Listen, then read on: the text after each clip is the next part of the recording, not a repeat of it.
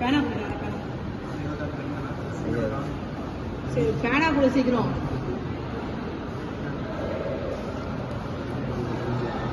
நம்ம இப்போ பார்க்க போகிற சர்க்கியூட்க்கு பேர் என்னன்னா மோனோஸ்டேபிள் மல்டி வைப்ரேட்டர். ஸோ இப்போ ஒரு ஐசி, இப்போது நம்ம வந்து 555 டைமர் ஐசி எடுத்துக்கிறோம். 555 டைமர் ஐசி எடுத்துக்கிறோம். பின் நம்பர் 8ஐயும் 4ஐயும் ஷார்ட் பண்ணுறோம். இதை ஷார்ட் பண்ணிவிட்டு இதில் சப்ளை கொடுக்குறோம் விசிசி. இந்த சப்ளைலேருந்து பின் நம்பர் 7க்கு வந்து ஒரு ரெசிஸ்டர் மூலிமா கனெக்ட் பண்ணுறோம். நாங்கள் வந்து 10K எடுத்துக்கிட்டோம் இல்லை.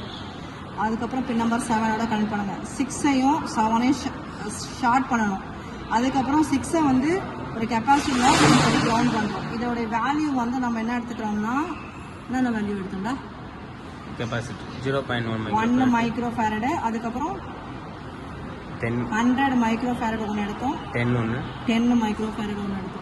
இந்த மூணுத்துக்குமே வேல்யூ வந்து டைம் டிலே வந்து ஜென்ரேட் பண்ணதை பார்த்தோம். இப்போ பின் நம்பர் 2 வந்து ஒரு ட்ரிகர் பல்ஸ் கொடுக்குறோம். இதுக்கு பதிலாக நாங்கள் கிளாக் பல்ஸ் கொடுத்துருவோம்.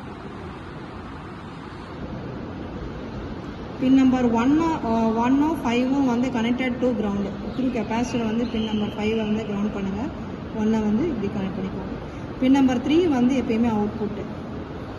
இதுதான் வந்து மோனோஸ்டேபிள் மோடில் இருக்குது. Monostable mode. இப்போது இந்த சர்க்கியூட் என்ன பண்ணும் அப்படின்னாக்கா, வேவ் ஃபார்ம் வந்து ஜென்ரேட் பண்ணும். இப்போ நம்ம இது இப்படி கிளாக் பல்ஸ் கொடுத்துட்டோம்னா எப்போல்லாம் இந்த நெகட்டிவ் ட்ரிகர் வருதோ அப்போ மட்டும் இது வந்து பர்மனன்ட் ஸ்டேட்டு. இது பர்மனன்ட் ஸ்டேட்டு. இது வந்து ஸ்டேபிள். இது வந்து ஸ்டேபிள் ஸ்டேட் இது இந்த இடத்துல இருக்கிறது. இப்போது ஒரு பர்டிகுலர் டைம் பீரியடில் வந்து இப்போ இந்த டியூரேஷன் இருக்குல்ல, இந்த டிலேங்கிறது டீங்கிறது வந்து டிலே இதுதான் ஜென்ரேட் பண்ணணும். இந்த டைம் டிலேங்கிறது நம்ம வேணுன்ற மாதிரி ஜென்ரேட் பண்ணிக்கலாம். T = 1.1 RC இதுதான் ஃபார்முலா. இந்த ரெசிஸ்டரையும் இந்த கெப்பாசிட்டரும் பொறுத்து நம்ம வந்து இந்த டிலே ஜென்ரேட் பண்ணலாம். சரியா? அதுக்கப்புறம் திரும்ப வந்து நெகட்டிவ் பல்ஸ் வரும்பொழுது திரும்ப என்ன ஆகும்னா திரும்ப ட்ரிகர் ஆகும். ஸோ இந்த மாதிரி உங்களுக்கு ரிப்பீட் ஆகும். ஏன்னா நான் கிளாக் சைக்கிள் கொடுத்துருக்கிறதுனால இது வந்து ரிப்பீட் ஆகும். ஸோ நம்ம பார்க்குற அந்த வேவ் ஃபார்மும் அந்த மாதிரி தான் இருக்குது. அந்த வேவ் ஃபார்ம் காமிச்சு. சரியா? இப்போ இந்த சர்க்கியூட் கனெக்ஷனை கொஞ்சம் நல்லா பார்த்துக்கோங்க. பின் நம்பர் 8 இது, இந்த பின் நம்பர் 4 இது ரெண்டும் வந்து ஒரு ஒயர் வச்சு ஷார்ட் பண்ணியாச்சு. பின் நம்பர் 7ம் 6ம் இது ஷார்ட் பண்ணியிருக்கு.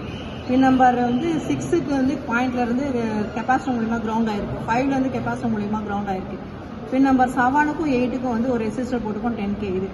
அதுக்கப்புறம் இது வந்து சப்ளை, இது +12 சப்ளை கொடுத்தாச்சு. இது வந்து கிரவுண்ட் பாயிண்ட்டில் ஒரு 5 பாயிண்ட் 1 2 3 4 5.